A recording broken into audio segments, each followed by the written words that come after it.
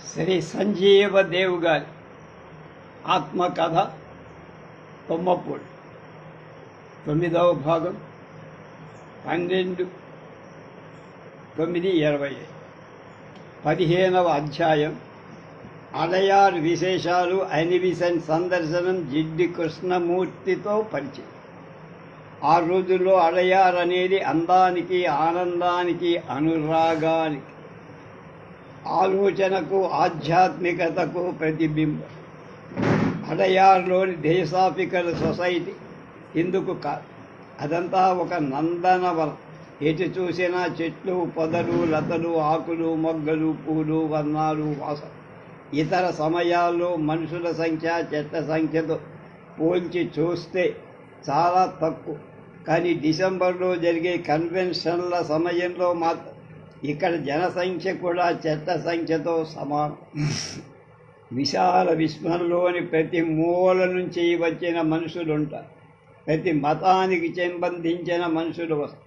స్త్రీ, పురుషులు, పిల్లలు, గృహస్థులు, బ్రహ్మచారులు, సన్యాసులు వివిధ వేషభాషలతో అడయార్లో ప్రత్యక్షమై ఈ సభలకు హాజరైన వాళ్లలో నేను చిన్నవాణ్ణి అనుకున్నా. కానీ చూస్తే నాకంటే చిన్నవాళ్ళు చాలామంది కనపడు. అడయార్ మర్రి చెట్టు అన్నిటికీ మించిన ఆకర్షణ. ఎంత విశాలమైన చెట్టు, ఎంత వయసు గల చెట్టు, ఎన్ని ఓడలు గల చెట్టు. దాని ఆకు రాలిన కొమ్మల గుండా శీతాకాలపు నీలి గగనాన్ని చూస్తుంటే మర్రి చెట్టును కాక మర్రి చెట్టు చిత్రాన్ని చూస్తున్నట్టు అనిపించింది. అసలు ఆ ప్రదేశమంతా ఒక చిత్ర పటంలాగా గోచరి. ఈ కన్వెన్షన్ల రోజుల్లో నిత్యము ఈ వటతరుఛాయ సభలు జరుగుతూ ఉంటాయి. వక్తలు, ప్రవక్తలు తమ తమ వక్తృత్వ స్రవంతులు ప్రవహింప చేస్తూ శ్రోతలు తన్మయులై ఆ స్రవంతిలో మునుగుతూ ఉంటారు. ప్రకృతి సౌందర్యం, మానవ ప్రతిభ ఇక్కడ ఐక్యతను నిరూపిస్తారు. ఇక్కడి ప్రకృతి సౌందర్యం అంతా మానవ నిర్మితం. తామే ప్రకృతి నిర్మించుకొని తాము కూడా అందులో ఒక ప్రముఖమైన భాగంగా సంచరిస్తారు. ఎటు చూసినా కాంతి, శాంతి కనపడుతుంది. ఎటు చూసినా విశ్వమానవ సౌభ్రాతృత్వం ఇక్కడ ప్రతిఫలిస్తుంది. పొడవైన తెల్లని గడ్డంతో లోకోత్తర వాతావరణాన్ని కప్పుకొని గుప్త విద్యలో నిగూఢ పరిశోధనలు జరుపుతున్న లెడ్ బీటర్ మహాశయుణ్ణి చూశాను. ఆయన ఆకృతి దర్శకుడి ప్రకృతి మీద విచిత్ర ప్రభావాన్ని చూపిస్తుంది. చూసేవాడు. కనిపించే భౌతిక జగత్తు, కనిపించని ఆత్మిక జగత్తుకు ఉన్న సంబంధాన్ని గురించి, జీవితానికి మరణానికి ఉన్న బాంధవ్యాన్ని గురించి, అచేతనకు, అధోచేతనకు, సహజ చేతనకు, ఊర్ధ్వచేతనకు ఉన్న సంబంధాన్ని గురించి లెడ్ బీటర్ ఎన్నో పరిశోధనలు, ఎన్నో సత్యాలు కనుగొన్నారు. నన్ను తన శిష్యుడిగా స్వీకరించి ఈ గుప్త విద్యలన్నీ బోధిస్తే ఎంత బాగుండో అనిపించి యానీ బీసెంట్ దర్శనం. శ్రీమతి అనీ బీసెంట్ పేరు నిత్యం పత్రికల్లో వచ్చే. ఆమె గంభీరమైన ఫోటో అప్పుడ పత్రికలలో కనిపించే. ఆమెను ఆ రోజు అడయార్లో ప్రత్యక్షంగా చూశారు. ఆమె వాగ్జరి సొంత చెవులతో విన్నా. అయితే ఆమె ఉపన్యాసం మాత్రం నాకేం అర్థం కాల. ఆ వేగాన్ని అక్కడ కూర్చున్నవాడు ఎంతవరకు అర్థం చేసుకున్నారో నాకు మాత్రం తెలియదు. అనీ బీసెంట్ గొప్ప శక్తిశాలి. ఆమె విగ్రహం చాలా ప్రధాన ఉత్పోకంగా ఉండే. బీసెంట్ రోడ్ అంటే అదే పేరు కదా. పురుషుడు పైన ఉత్తరీయాలు వేసుకోవడం మాత్రమే చూసి, కానీ స్త్రీలు పమిటలు మాత్రమే కానీ ఉత్తరీయాన్ని ధరించడం ఎక్కడా చూడ. అనీ బీసెంట్ మాత్రం జలతారు అంచుల ఉత్తరీయ మడతల మెడకు 2 వైపులా కిందకు వేలాడదీసింది. వృద్ధాప్యం వల్ల కనురెప్పలు కిందకు జారి ఉన్నాయి. ఆమె ఉపన్యసిస్తుంటే అగ్ని కణాలు కురుస్తున్నట్టని. థియోసాఫికల్ సొసైటీకి అధ్యక్షురాలుగా అనీ బీసెంట్ అయితే, ఉపాధ్యక్షుడు జిసరాజదాస జినరాజదాస. ఆయన చాలా సున్నితమైన, ఎన్నో విదేశీ భాషలు తెలిసిన, ఎంతో సంస్కృతి కలిగిన వ్యక్తి. గోడకట్టు, లాల్చీ, జల్తార్ ఉత్తరీయం, నెత్తి మీద టోపీ, చూడటానికి ముచ్చటగా. జార్జ్ అరండేల్, ఆయన సతి రుక్మిణీదేవి అప్పుడక్కడ లేరు, విదేశాల్లో ఉన్నారు. ఆ గొప్ప వాళ్ళందరినీ చూస్తుంటే అనిపించేది, వాళ్ళని నేను చూస్తున్నాను కాదు, నన్ను వాళ్ళు చూడటం లేదు కదా. మనసులో ఈ భావన రేకెత్తడంలో వాళ్ళని చూస్తున్న సంతోషం కొంచెం నిస్తేజమయ్యి, వాళ్ళని మనం చూడటమే కాదు, మనను కూడా వాళ్ళు చూడాలిగా. వారి మాటలు మనం వింటమే కాదు, మన మాటలు కూడా వాళ్ళు వినాలిగా. వాళ్ళని మనం ఎరిగి ఉండటమే కాదు, మనను కూడా వాళ్ళు ఎరిగి ఉండాలి. వారిని మనం ప్రేమించటమే కాదు, వారు కూడా మనల్ని ప్రేమించాలి అనే ఆకాంక్ష తీవ్రంగా ఉంది. అప్పటికి నాకు ఇంగ్లీషు వ్యాకరణంలో యాక్టివ్ ప్యాసివ్ వాయిస్ తారతమ్యం తెలుసు. అందుకని తెలిసింది, ఇక్కడ నా పాత్ర యాక్టివ్ వాయిసే కానీ ప్యాసివ్ వాయిస్ కాదు. నేను గొప్పవారిని చూస్తున్నానే కానీ గొప్పవారి చేత నేను చూడబడటం లేదని గ్రహించి కొంచెం క్షన్నపోయి, ప్రేమించడంలో కంటే ప్రేమించబడటంలో ఎక్కువ ఆనందం ఉంటుందని అర్థమై. Active voice, passive voice. అయితే ఈ ప్యాసివ్ వాయిస్ ఆనందం అన్ని విషయాల్లో ఉండదు. ఈ లోకంలోని ఎక్కువ విషయాల్లో యాక్టివ్ వాయిస్లో మాత్రమే ఆనందం, ప్యాసివ్ వాయిస్లో ఎక్కువ బాధ. పిల్లి ఎలుకలు తినడంలో ఆనందిస్తే ఎలుక పిల్లి చేత చినబడటంలో ఆనందం. ఆనందించకపోగా యమయాతన అనుభవిస్తాం. అలాగే ఇతరులను దోచుకోవడంలో ఆనందం ఉంది. దోపిడీగాండ్రు కానీ దోచుకోబడేవాడు దుఃఖం అనుభవిస్తారు. జంతువులను వేటాడటంలో వేటకాండ్ర ఉల్లాసం పొంది వేటాడబడటంలో జంతువులు బాధ అనుభవిస్తారు. ఇతరులను నిందించడంలో ఆనందం దొరికితే నిందించబడటంలో దొరికేది బాధ మాత్రం. సరే, ఏదేమైనా అప్పుడు అడయారులో నాకు కావలసింది ప్యాసివ్ వాయిసే కానీ యాక్టివ్ వాయిస్ కాదు. నేను కోరిన ప్యాసివ్ వాయిస్ దొరికే అవకాశం లేదు. పూర్తిగా తెలుసుకున్న తర్వాత ఇక దొరకని దానికి బాధపడే దొరికిన దాంతో ఆనందించడం వేరని నిర్ణయించి, అప్పటికే మహనీయుల చేత నేను చూడబడటం, వినబడటం, ప్రేమించబడటం జరగన నేనే ఆ మహనీయులను చూడటం, వినడం, ప్రేమించబడడం ఇవన్నీ ప్యాసివ్ వాయిస్. కనబడటంలో ఆనందించసాగ. చేసుకోవటం కుదరిన అవి ఇవ్వడమైనా నేర్చుకో. అడయారికే కాక భారతదేశానికి అంతటికే మాత్రమే కాక యావత్ విశ్వాని మానవ పుణ్యం ఒకరున్నారు, మానవ పుష్పం ఒకరున్నారు. ఆయనే జిడ్డు కృష్ణమూర్తిగా జేకే. మా పెదనాన్నకు నాకు కూడా ఆయనంటే ఎంతో ఆకర్షణ. అసలు ఆ అడయార్ సభలకు రావడానికి ముఖ్య ఉద్దేశం జిడ్డు కృష్ణమూర్తి గారిని చూడాలి. థియోసాఫికల్ సొసైటీలో ఉంటున్న ఆయన పూర్ణంగా ఆ సొసైటీకి చెందినవాడు కాదు. ఆయన చాలా స్వతంత్ర భావాలు కలవి.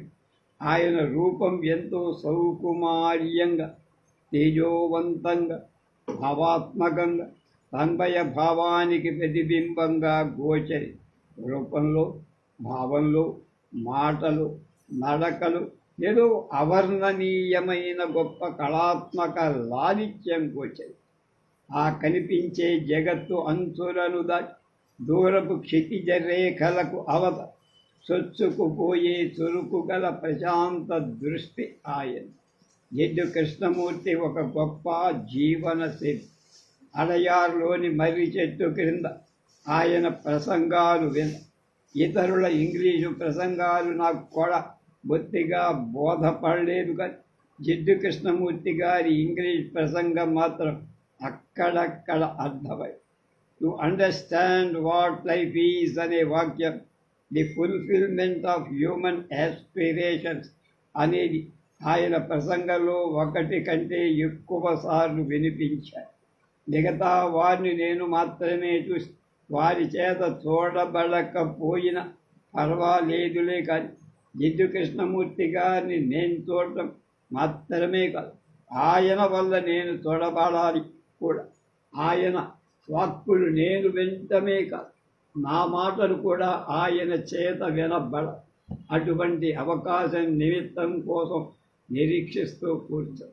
జిడ్డు కృష్ణమూర్తి గారితో వచ్చి కృష్ణమూర్తి గారి ప్రసంగం అయిపోయి ఆయన తన గూడు తెరిచి బయలుదేరాడు. మిగతా వారంతా ఆయనకు చుట్టివేయ ముందే నేను పరిగెత్తి ఆయన దారికి అడ్డం నిల్చొని నమస్కరించాను. ఆ దగ్గరలో ఉన్న వాళ్ళంతా పెద్దలు, నేనే చిన్నాను.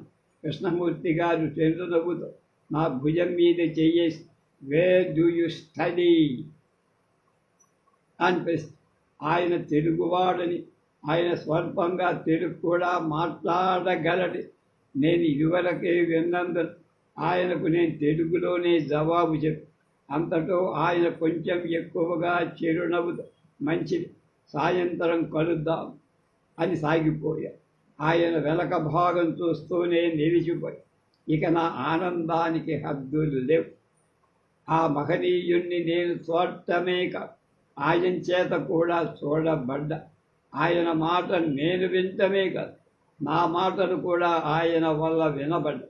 ఈ తడవ యాక్టివ్ వాయిస్, ప్యాసివ్ వాయిస్ కూడా నా మీద కార్యరూపం దాల్చి అక్కడి నుంచి కనిపించిన మిగతా మహనీయులంతా ఒక ఎత్తు, జిడ్డు కృష్ణమూర్తి గారు మరొక ఎత్తు. మిగతా వారంతా ఇతరుల చేత చూడబడేవారే కానీ ఇతరులను చూసేవాళ్ళు కాదు. ఇక జిడ్డు కృష్ణమూర్తి గారు వేరు. ఆయన గొప్ప మహనీయుడిగా ప్రపంచం గుర్తించినా కూడా ఇతరుల ఎడల ఆయనకున్న దృష్టిలో మార్పేం లేదు. తనను ఇతరులు చూడటంతో పాటు తాను కూడా ఇతరులను చూస్తాడు. ఆయన ఉన్నత శిఖరం మీద నిలిచి ఉన్న, లోయలో నిలిచి ఉన్న సామాన్య మానవుడు నిర్లక్ష్యంగా చూడడు, ప్రాణిని గౌరవిస్తా. ఆ ప్రాణి హోదాతో సంబంధం లేకుండా అడయార్లు ఎన్ని దేశాల వాళ్ళు, ఎన్ని మతాల వాళ్లను చూడటం జరిగింది. వాళ్ళ జీవన విధానాలు, మతాచారాలు, కార్యకలాపాలు, వేషభాషలు చూశాను. ఆ సభల రోజుల్లో అడయార్ సూక్ష్మ రూపంలో ఉన్న ఒక ప్రపంచమే అయిపోయి మా పెదనాన్నకు ఒక ఆలోచన వచ్చి నన్ను అడయార్లో చదివిస్తూ తాను అడయార్లోనే స్థిర నివాసం ఏర్పాటు చేసుకోవాలి. ఈ ఆలోచన నాలో సృష్టించిన తీవ్రమైన సంతోషం మూలం ఆ రాత్రి నాకు భోజనం మనస్కరించాలి. భవిష్యత్తులో నా అడయారు నివాసాన్ని గురించి అనేక గాలి మేడలు కట్టుకో. అడయారులోని జీవితం అంటే ఆనంద జీవితమే. అయితే వెంటనే మరో సందేహం, అడయారులో వాళ్ళంతా ఆనందంగానే ఉంటారు కానీ దుఃఖంతో ఉండరా? ఏమో, ఇందరు జనంలో దుఃఖం లేకుండా ఎందరుంటారు? ఏమైనప్పటికీ అడయారు నివాసం విషయంలో ప్రయత్నం చెయ్యాల్సిందే అనిపించింది. కానీ ఈ అడయారు నివాసాన్ని గురించిన ఆలోచన పెదనాన్నగారిలో ఎక్కువ కాలం నిలవల. వెంటనే ఆయన కుటుంబంలోని కొన్ని చిక్కులు గుర్తి వచ్చినందు తన ఈ ఆలోచన ఎత్తివేసుకున్నట్టు నాకు మద్రాసులోనే చెప్పేశారు. నా గాలి మేడలని ఒక్కసారి కూలే, కళ్ళ ముందు కారు మబ్బలు ఇక ఒక్కరోజు కూడా మద్రాసులో ఉండబుద్ధి కాదు. తుమ్మపూడిపోతే అక్కడ కూడా ఉండబుద్ధి కాదని నాకు తెలుసు. మరి ఇటువంటప్పుడు తుమ్మపూడిపోయి ఎల్లాభం? తుమ్మపూడిపోక మరెక్కడికి పోవాలి? పెదనాన్నగారి మీద కోపం చాలా వచ్చి కూడా ప్రశాంతంగా ఊరుకో మద్రాసును వదలని అనిపించింది, కానీ తుమ్మపూడి పోవాలని అనిపించదు. తుమ్మపూడిపోయే బదులు మద్రాసులో ఉండటమే బాగా అనిపించింది. కానీ పెదనాన్నగారు తెలుగు ప్రయాణానికి సిద్ధం. అయిష్టమైన పనులు అనేకం ఇదివరలో చేసి ఈ అయిష్టమైన తుమ్మపూడి ప్రయాణానికి కూడా సిద్ధమై తిరిగి వెళ్ళే లోపల మరోమారు జిడ్డు కృష్ణమూర్తి గారిని చూడాలనిపించింది. ఒకసారి చూడని వ్యక్తులు చూడటంలోని ఆనందం, కొంచెం అశాంతి,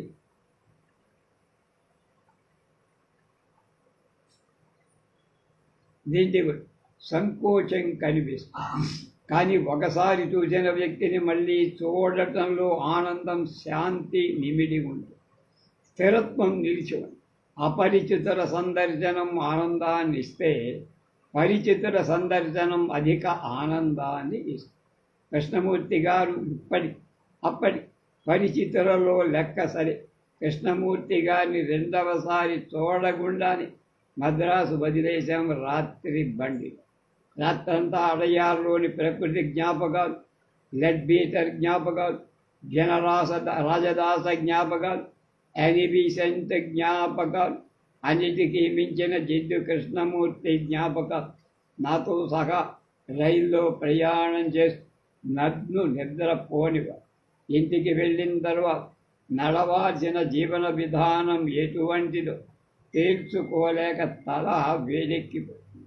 16 పెద్దల అదలింపుతో చిన్నపోయిన పసి మనసు. మద్రాసు ప్రయాణం, ప్రత్యేకించి అడయార్ దర్శనం, అందులో జిడ్డు కృష్ణమూర్తి గారితో క్షణిక పరిచయం నన్ను ఎంతో ఎత్తుకెత్తినాయి. ప్రస్తుతం జీవిస్తున్న జీవితం మరో జీవితాన్ని నిర్మించేందుకు ఏర్పడిన ముడి పదార్థమే అనిపించి ఇంటి దగ్గర నివాసం తగ్గి ఎక్కువ కాలం మా నారింజ తోటలో గడపడం మొదలుపెట్టి ఏ పని లేకుండా సోమరవుతున్నాడనే విమర్శ రాకపోదు. అయినా వ్యతిరేక విమర్శ నిర్లక్ష్యం చేయటం అలవాటైపోయి ఏకాంతంలో ఏదో మాధుర్యం కనపడింది. ఏదో దృశ్యం గోచరించడం మొదలు, ఏదో సంగీతం వినిపించసాగి. అటువంటిదే ఏకాంతంలో వినిపించే గీతం, వినిపించని సంగీతం. ఈ వినిపించని సంగీతాన్ని గురించి కీట్స్ కవి రచించిన కవిత కంఠస్థం చేసుకొని అప్పుడప్పుడు ఉచ్చరిస్తూ ఉండేవాడు. Heard melodies are sweet, but those unheard are sweeter. So, ye gentle pipes blow on. Keats Wordsworth, Blake లాంటి కవుల చిన్న కవితలు కంఠస్థం చేసుకొని వాటిని అప్పుడప్పుడు ఉచ్చరిస్తుంటే ఆ పదాల లారిచ్, భావాల గాంభీర్యం నన్ను ముగ్ధుండి చేసేది. తెలుగు పుస్తకాలు చదవటం తగ్గించి ఇంగ్లీషు మీదనే శ్రద్ధనంతా కేంద్రీకరించడం ప్రారంభించి ఇంగ్లీషు భాషతో చాలినంత పరిచయం లేకపోవడంలో ఉన్న లోపాన్ని నేను అడయార్లో గ్రహించి నా ఈ ఏకాంతవాసాన్ని ఇంగ్లీషులో దక్షిణ సాధించుకోవడానికి ఉపయోగించుకోవాలనే సంకల్పాన్ని నిశ్చయం చేసుకున్నాను. అప్పటికి తుమ్మపూడిలో కొందరి దగ్గర మంచి ఇంగ్లీషు పుస్తకాలు, ప్రత్యేకించి మా మరో పెదనాన్నగారి కుమారుడు సూర్యదేవుల సంజీవరాయణం గారు అప్పటికే దేశంలో కొందరకు తెలిసిన వ్యక్తి. హిందుస్థాన్ సేవాదళాన్ని కెప్టెన్ చేశాడు కొన్నాం. తర్వాత ఆంధ్ర రైల్వే ప్రయాణికుల సంఘానికి ప్రధాన కార్యదర్శి. తుమ్మపూడిలో ఉచితంగా రోగులకు వైద్యం కూడా చేసేవాడు. ఆయనను థియోసాఫికల్ సొసైటీతో, రామకృష్ణ మిషన్తో సంబంధం ఉండేది. వీటికి సంబంధించిన ఇంగ్లీషు పుస్తకాలు ఆయన దగ్గర చాలా ఉన్నాయి. థియోసాఫికల్ పత్రికలు, రామకృష్ణ మిషన్ పత్రికించే పత్రిక, ప్రబుద్ధ భారత్ మొదలైనవేవేవో ఆయనకు వస్తువులు. నిఘంటు సహాయంతో, వ్యాకరణ సాయంతో ఇంగ్లీష్ పుస్తకాలను, పత్రికలు చదివి అర్థం చేసుకోవడం క్రమేణా సఫలత చెందా. నాకు 14 సంవత్సరం వచ్చేవరకు మామూలు ఇంగ్లీషు పుస్తకాలనే కాక స్వామి వివేకానంద ఉపన్యాసాలు కూడా చదివి అర్థం చేసుకోవడం హిమాలయ స్వామి నా 14వ ఏట స్వామి రామతీర్థ జీవితంతో, ఆయన రచనలతో పరిచయం ఏర్పడింది.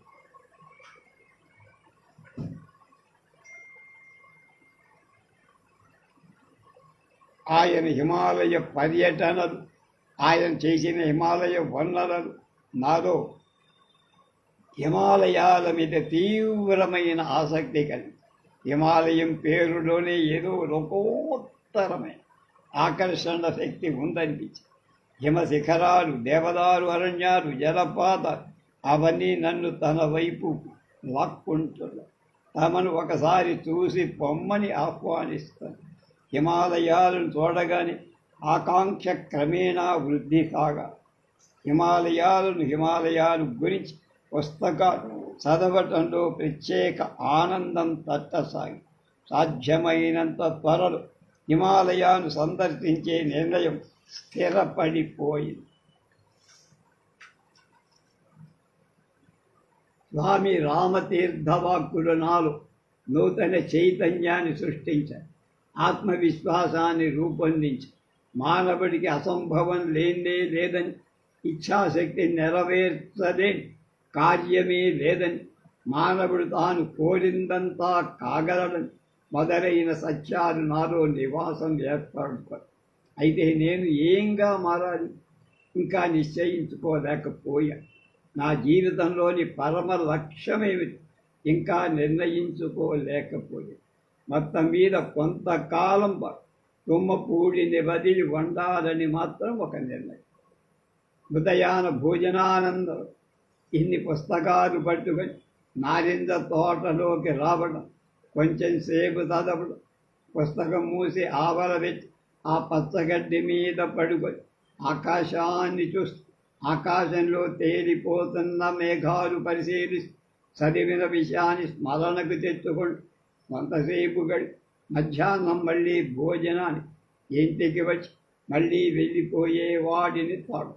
సాయంత్రం తోట నుంచి బకింగ్హామ్ కాలువకు పోయి అందులో ప్రవహించే నీటి మీద తేలిపోయే పడవలను లాగే మనుషులు చూస్తూ రేవేంద్రపాడు లాకుల వరకు నడిచి ఇంటికి వచ్చారు. ఆ విధమైన జీవితం మా పెంపుడు తల్లి రాజ్యలక్ష్మమ్మ గారి దృష్టిలో చాలా వ్యర్థంగా అనిపించింది. కొంచెం ఎక్కువ చీకటి పడి ఇంటికి వస్తే కళ్ళెర్ర చేసి పెత్తనాలయ్యాయా అని అటువంటి వైఖరు నాకు కష్టంగా, ఏమైనా మళ్ళా అనాలని అనుకుని కూడా ఏం అనకుండా మానుకుంది. తిరిగి ఏమైనా అనడం మంచిదో అనకుండా ఉండటం మంచిదో తేల్చుకోలేకపోయింది. ఈ స్థితిలో ఇంటి నుంచి బయటకు పోవడంలో ఉన్న సంతోషం బయట నుంచి ఇంటికి రావటంలో ఉండేది కాదు. నేను వ్యర్థంగా జీవితం గడపటంలా సార్థకంగా గడుపుతున్నానని ఆమెకు నచ్చ చెప్పడం ఎలా తోచేది కాదు. ఆ విషయాన్ని ఆమెకి నచ్చ చెప్పాలని చాలా మాటలు చాలాసేపు ఆమెతో చెప్పాలి. ఒక్క మాట కూడా ఆమెతో మాట్లాడడం అభ్యాసం లేని నేను చాలా మాటలు ఆమెతో ఎలా చెప్పగలను? అందుకని చెప్పకుండానే మానేసి, సరే ఆ మాటల్లో ఏముంది, అసలు పెదనాయన నన్ను ఏమీ చెడుగా అంటలేదుగా అని సంతృప్తి పడి ఊరుకుంటూ ఉండేవాడు.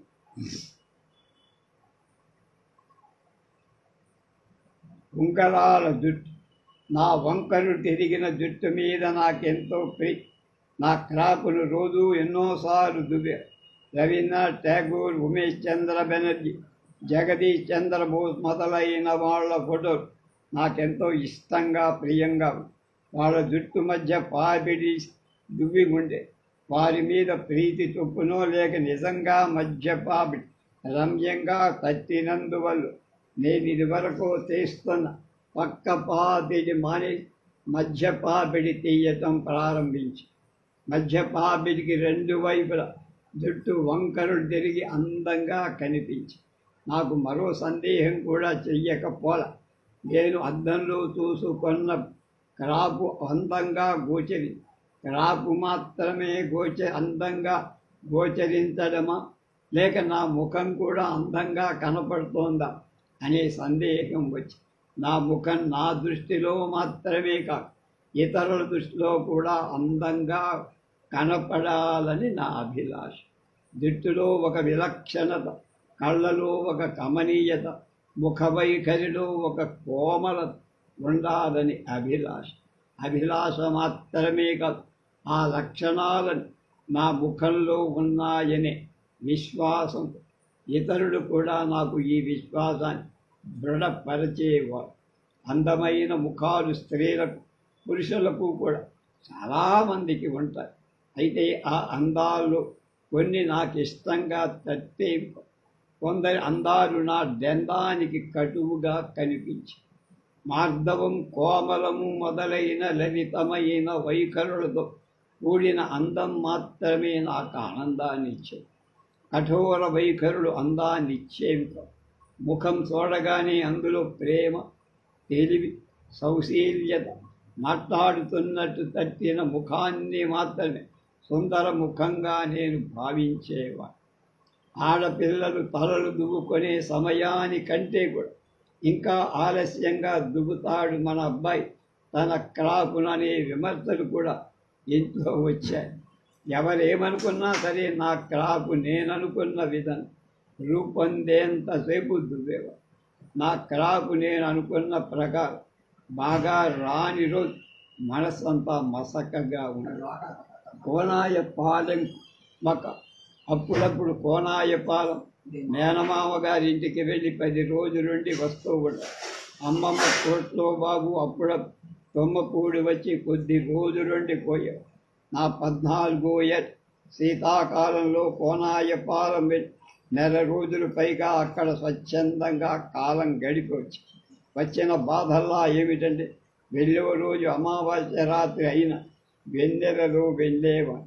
కోనాయపాలెం నుంచి తిరిగి వచ్చే రోజు పౌర్ణమి రాత్రి అయిన చీకట్లోనే వచ్చేవాడు. మేనమామ గారి ఊరు వదిలి రావడం అంత భారం.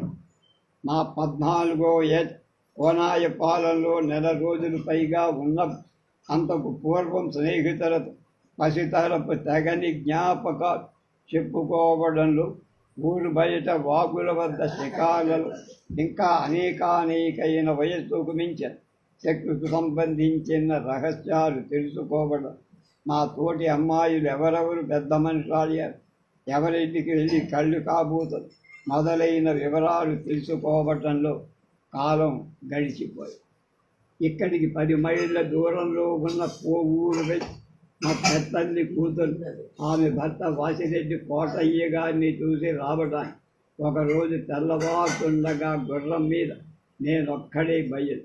నాకు పొలాల్లో వాగు ఒడ్డున అన్నం తినాలని కోరి అందుకని అన్నం ఆవకాయ పచ్చడి పెరుగు ఒకదానిలో ఒక ఏర్పాటు చేసుకొని గుర్రం మీద వెంట తీసి నా చిన్నప్పటి బూడిద రంగు ఆడ గుర్రం మరి దాని పిల్ల మగ గుర్రం స్వారీకి తయారు. సూర్యోదయం అయిన కొంతసేపటి సందర్లపాడు పాటంపాడు వాగు దగ్గర ఆ వాగు దగ్గర గుర్రంది చెట్టు కట్టేసి వాగు ఒడ్డున ఇసుకలో కూర్చి అన్నం తిన్నా. ఇంటి వద్ద తింటూ ఉంటే అన్నం ఎప్పుడు ఇంత రుచిగా కనపడేది కాదు.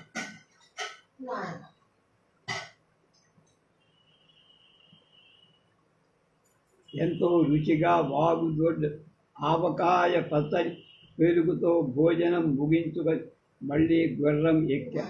కొంచెం సేపు నెమ్మదిగా నడిపించడం, మరి కొంచెం సేపు పరుగు తీయించడం, ఈ విధంగా గుర్ర ప్రయాణం సాగించి చీలిక దారులు వచ్చిన చోట మాత్రం ఏ దారిన వెళ్ళడమో తెలియక ఆగి ఎవరైనా మనుషులు కడిపితే అడిగి తెలుసుకొని ప్రయాణించేవాడు. ఎవ్వరూ లేని చోట ఆ నిర్ణయం గుర్రానికే వదిలేవాడు. గుర్రాన్ని తోలకుండా ఉంటే ఆ చీలిన దారిలో ఏ దారి వైపుకు అది నడుస్తుందో అదే నిజమైన దారి అయ్యే. తిరోగం కోటంపాడు కొత్తపాలెం మధ్య ఒక శనగ చేలో గుండా బాట కనిపిస్తుంటే ఆ బాట గుండా గుర్రం నడిచి ఇంతలోని ఆ చేరు యజమాని పెద్ద కర్ర తీసుకొని పెద్దగా కేకలేస్తూ వచ్చాడు. కొడతాడేమో అని కొంచెం గుర్రానికి తెలియలా, నీకు కూడా బుద్ధి లేదా, అది శనగ చేను అని అంటూ గుర్రాన్ని ముందు పోనీకుండా అటకాని గుర్రాన్ని తిప్పి వచ్చిన దారే పొమ్మ.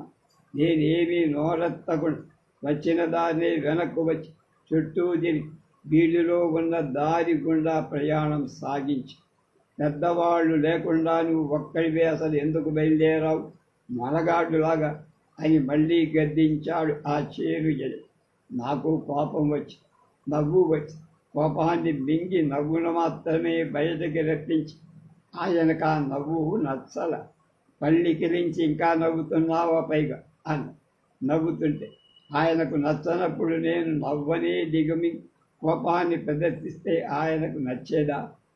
గుర్రము నేను అది నన్ను కష్టపెట్టకుండా నేను దాన్ని కష్టపెట్టకుండా క్షేమంగా పోపూరు అక్కయ్య బాబా కూడా నేను ఒంటరిగా గుర్రం మీద రావటం చూసి ఆశ్చర్యం ఆనందం పొందే పరిగెత్తుకుంటూ వచ్చి నాకు ఇష్టమైన పిండి వంటలు ఏమేం కావాలో చెబితే వండి పెడతామంది అక్కయ్య.